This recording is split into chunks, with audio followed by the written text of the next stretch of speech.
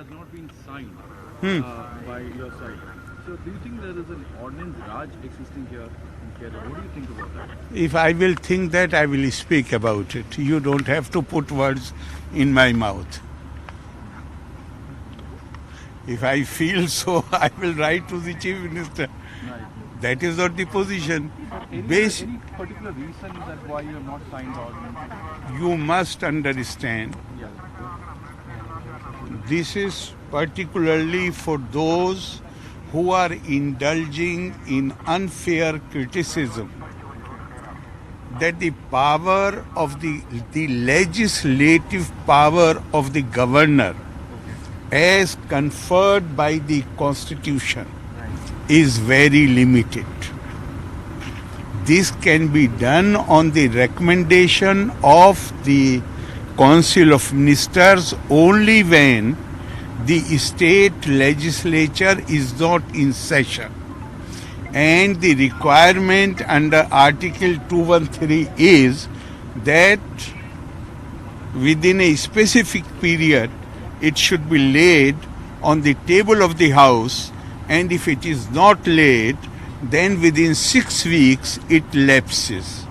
And Supreme Court, Honorable Supreme Court in the case of Rakesh Kumar Singh in 2017 has said that this power, they have said that repromulgation, even the basic power, promulgation of ordinance is itself is limited. And they have further said that repromulgation is a fraud on the Constitution. And it is not beyond judicial review. Therefore, I feel that anything which I do, I must read it carefully, particularly in the case of, in the light of the judgment of the Honorable Supreme Court. Not only that I read it carefully, I come to a conclusion exercising my independent judgment. And since I was leaving for Delhi, and I found suddenly so many ordinances on my table, how is it possible that I can read them? How is it possible that I can exercise my independent judgment? Therefore, there was no way that I would have, without applying my mind, there is no way I can sign any file. Is that clear? Am I permitted to go? There's one more thing. The government has decided to call for an assembly session from this 22nd of this month. So how do you see that? That's a very good thing. That is a very good thing. That should be welcomed. In fact, I feel really satisfied and happy that because of what in normal circumstances should have been done, that these ordinances should have been placed on the table of the House. Now they are going to be laid on the table of the House. You should welcome it. Yes. Sir, but these ordinances have been in discussion for a very long time due to the particular nature of these ordinances. Opposition had expressed their dissent over these ordinances. This is a very especially the low-guilt ordinance have been in, now they are going to get it passed in the assembly. Will you express your dissent over these kind of particular ordinances?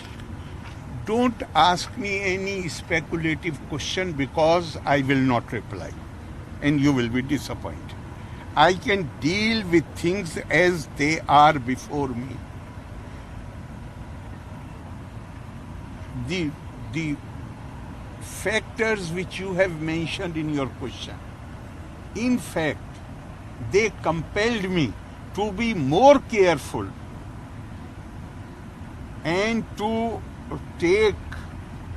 read it carefully, exercise my independent judgment, and that possibly explains, in the light of what you have asked, that possibly explains why in the first instance I did not sign that. Is that right?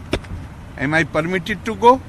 Just one last question. On this Kannur University, you have asked for a report from the VC on the appointment related to Dr. Priya, who is also the wife of CM's secretary and former MP. Is that correct?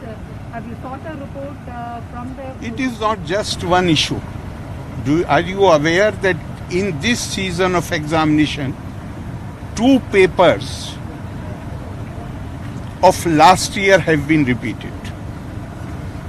There are several complaints of rules and statutes being ignored.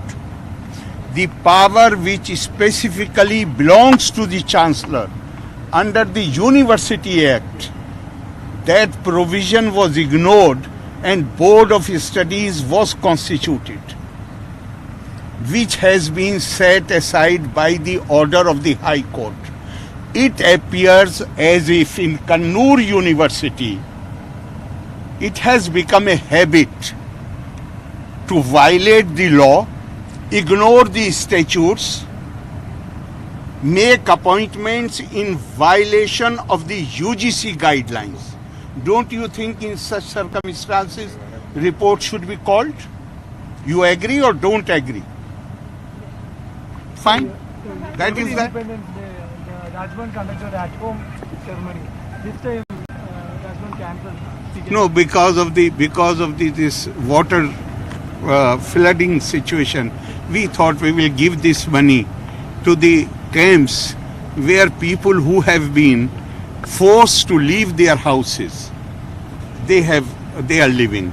But on 15th, I will be going to an Adivasi village in Trivandrum district for this to participate in this campaign, Har Ghar Tiranga.